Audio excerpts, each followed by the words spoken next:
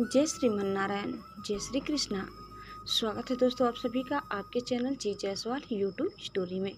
दोस्तों आज आप सुनेंगे श्रीमद् भागवत महापुराण कथा षष्ठ स्कंद का 5वां अध्याय। इस अध्याय में आज आप सुनेंगे श्री नारद जी के उपदेश से दक्ष पुत्रों की विरक्ति तथा नारद जी को दक्ष का शाप। श्री सुखदेव जी कहते हैं, परीक्षित भगवान के शक्ति संचार से दक्ष प्रजापति परम समर्थ हो गए थे। उन्होंने पंचजन की पुत्री अक्षिनी से अहर्ष नाम के 10,000 पुत्र उत्पन्न किए। राजन दक्ष के ये सभी पुत्र एक आचरण और एक स्वभाव के थे। जब उनके पिता दक्ष ने उन्हें संतान उत्पन्न करने की आज्ञा दी, तब वे तपस्या करने के विचार से पश्चिम दिशा की ओर गए। पश्चिम दिशा में सिंधु नदी और समुद्र के संगम पर नारायण सर नाम का एक महान तीर्थ है। बड़े बड़े मुनि और सिद्ध पुरुष वहाँ निवास करते हैं। नारायण सर में स्नान करते ही अहर्षियों के अंतःकरण शुद्ध हो गए। उनकी बुद्धि भागवत धर्म में लग गई। फिर भी अपने पिता दक्ष की आज्ञा से बंधे होने के कारण वे उग्र तपस्या ही करते रहे।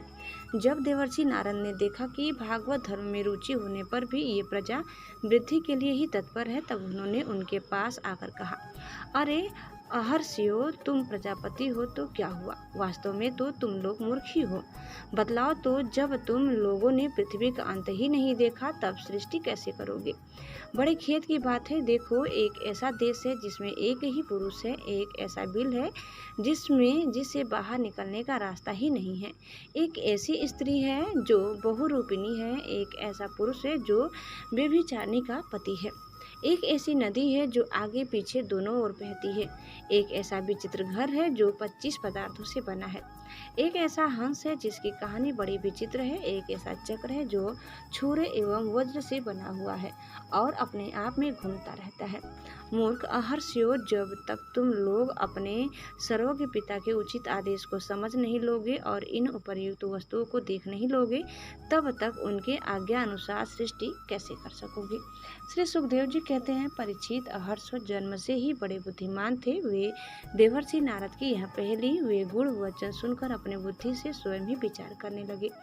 यह लिंग शरीर ही, जिसे साधारणतः जीव कहते हैं, पृथ्वी है और यही आत्मा का अनादि बंधन है।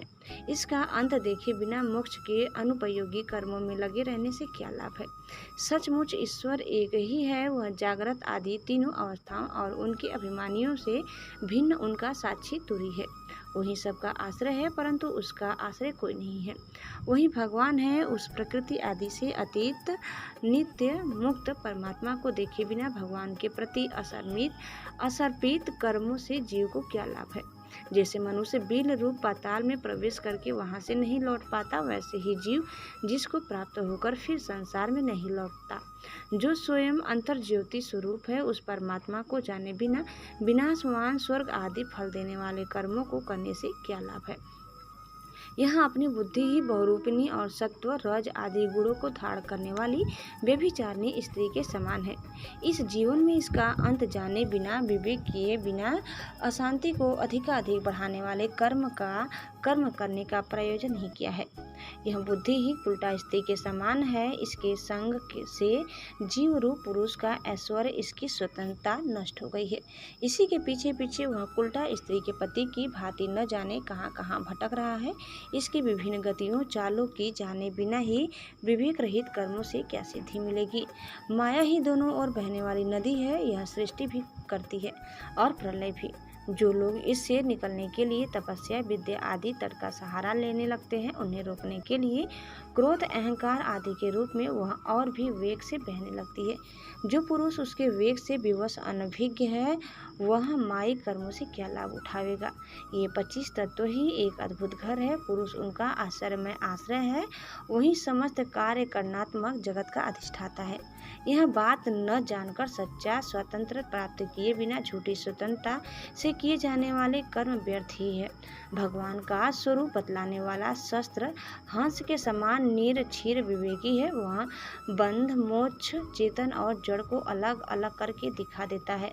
ऐसे अध्यात्म शास्त्र रूप हंस का आश्रय छोड़कर उसे जाने बिना बहिर्मुख बनाने वाले कर्मों से ही क्या लाभ है?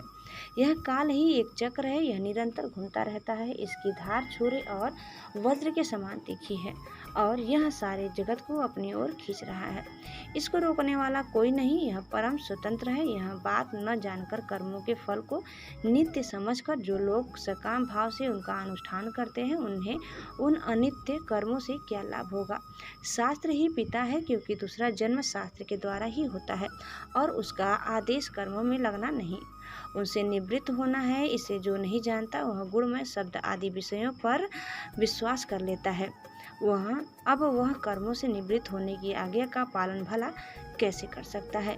परीक्षित, महर्षियों ने एक मत से यही निश्चय किया और नारद जी की परिक्रमा करके वे उस मोक्ष पथ के पथिक बन गए, जिस पर चलकर फिर लौटना नहीं पड़ता। इसके बाद देवर्षि नारद स्वर ब्रह्मा में संगीत लहरी में अभिव्यक्त हुए भगवान श्री कृष्णचंद्र के चरण कमलों में अपने चित्त को अखंड रूप से स्थिर करके लोक लोकांतरों में विचरने लगे। परीक्षित, जब दक्ष प्रजापति को मालूम हुआ कि मेरे शीलवान पुत्र नारद के उपदेश से कार्यच्युत हो गए हैं, तब वे शोक से व्याकुल हो गए। उन्हें बड़ा पश्चाताप हुआ। सचमुच अच्छी संतान का होना भी शोक का ही कारण है। ब्रह्मा जी ने दक्ष प्रजापति को बड़ी सांत्वना दी। तब उन्होंने पंचजन नंदिनी अक्षिनी के गर्भ से 1000 पुत्र और उत्पन्न किए। उनका नाम था सबलासु। वे भी अपने पिता दक्ष प्रजापति की आज्ञा पाकर प्रजा सृष्टि के उद्देश्य से तप करने के लिए उसी नारायण सरोवर पर गए, जहाँ जाकर उनके बड़े भाइयों ने सिद्धि प्राप्त की थी। सबलास्यु ने वहां जाकर उस सरोवर में स्नान किया। स्नान मात्र से ही उनके अंतःकरण के सारे मल धुल गए। अब वे परम ब्रह्मा स्वरूप प्रणव का जप करते हुए महान तपस्या में लग गए। कुछ महीनों तक केवल जल और कुछ महीनों तक केवल हवा पीकर ही उन्होंने हम नमस्कार पूर्वक ओमकार स्वरूप भगवान नारायण का ध्यान करते हैं, जो विशुद्ध चित्त में निवास करते हैं, सबके अंतर्यामी है तथा सर्वव्यापक एवं परमहंस स्वरूप है। इस मंत्र का अभ्यास करते हुए मंत्र अधिपति भगवान की आराधना करें। परीक्षित, इस प्रकार दक्ष के पुत्र सबलास्व प्रजा सृष्टि के लिए तपस्या में संलग्न थे। उनके पास भी देवर्षि नारद आए और उन्होंने पहले के समान ही कूट वचन कहे। उन्होंने कहा, दक्ष प्रजापति के पुत्रों, मैं तुम लोगों को जो उपदेश देता हूँ उसे सुनो। तुम लोग तो अपने भाइयों से बड़ा प्रेम करते हो, इसलिए उनके मार्ग का अनुसंधान करो।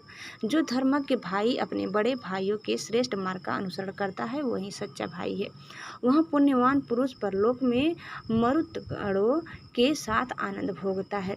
परीक्षित, सबलासु को इस प्रकार उपदेश देकर देवर्षि नारद वहां से चले गए और उन लोगों ने भी अपने भाइयों के मार्ग का ही अनुगमन किया, क्योंकि नारद जी का दर्शन कभी व्यर्थ नहीं जाता। वे उस पथ के पथिक बने जो अंतर्मुखी वृत्ति से प्राप्त होने योग्य, अत्यंत सुंदर और भगवत प्राप्ति के अनुकूल है। वे बीती हुई रात्रियों के समान न तो उस मार्ग से अब तक लौटे हैं और न लौटेंगे ही। दक्ष प्रजापति ने देखा कि आजकल बहुत से अपशकुन हो रहे हैं। उनके चित्त में पुत्रों के अनिष्ट की आशंका हो आई है। इतने में ही उन्हें मालूम हुआ कि पहले की भांति अब की बार भी नारद जी ने मेरे पुत्रों को चौपट कर दिया। उन्हें अपने पुत्रों की कर्तव्यच्युति से बड़ा शोक हुआ और वे नारद जी पर बड़े क्रोधित हुए। उनके मिलने पर क्रोध के मारे दक्ष प्रजापति के होठ फड़कने लगे और वे आवेश में भरकर नारद जी से बोले। दक्ष प्रजापति ने कहा, ओ दुष्ट, तुमने झूठ मूठ साधुओं का बाना पहन रखा है। हमारे भोले भाले बालकों को भिक्षुकों का मार्ग दिखाकर तुमने बड़ा अपकार किया है। अभी उन्होंने ब्रह्मचर्य से ऋषि ऋण, यज्ञ से देव ऋण और पुत्र उत्पत्ति से पितृ ऋण नहीं उतारा। उन्हें अभी कर्म की नश्वरता के संबंध में भी कुछ विचार नहीं किया था, परंतु पापात्मन तुमने उनके दोनों लोगों का सुख चौपट कर दिया। सचमुच तुम्हारे हृदय में दया का नाम भी नहीं है। तुम इस प्रकार बच्चों की बुद्धि बिगाड़ते फिरते हो। तुमने भगवान के पार्षदों में रहकर उनकी कीर्ति में कलंक ही लगाया। सचमुच तुम बड़े निर्लज्ज हो। मैं जानता हूँ कि भगवान के पार्षद सदा सर्वदा दुखी प्राणियों पर दया करने के लिए व्यग्र रहते हैं, परंतु तुम प्रेम भाव का विनाश करने वाले हो। तुम उन लोगों से भी बैर करते हो जो किसी से बैर नहीं करते। यदि तुम ऐसा समझते हो कि वैराग्य से ही स्नेह पास विषयासक्ति का बंधन कट सकता है, तो तुम्हारा यह विचार ठीक नहीं है। क्योंकि तुम्हारे जैसे झूठ मूठ वैराग्य का स्वांग का भरने वाले से किसी को वैराग्य नहीं हो सकता। नारद मनुष्य विषयों का अनुभव किए बिना उनकी कटुता नहीं जान सकता, इसलिए उनकी दुख रूपता का अनुभव होने पर स्वयं जैसा वैराग्य होता है वैसा दूसरों के बहकाने से नहीं होता। तुम तो हमारी वंश परंपरा का उच्छेद करने पर ही उतारू हो गए हो। तुमने फिर हमारे साथ वही दुष्टता का व्यवहार किया, इसलिए मूढ़ हो जाओ, लोकांतरों में भटकते रहो, कहीं भी तुम्हारे लिए ठहरने की ठौर नहीं रहेगी।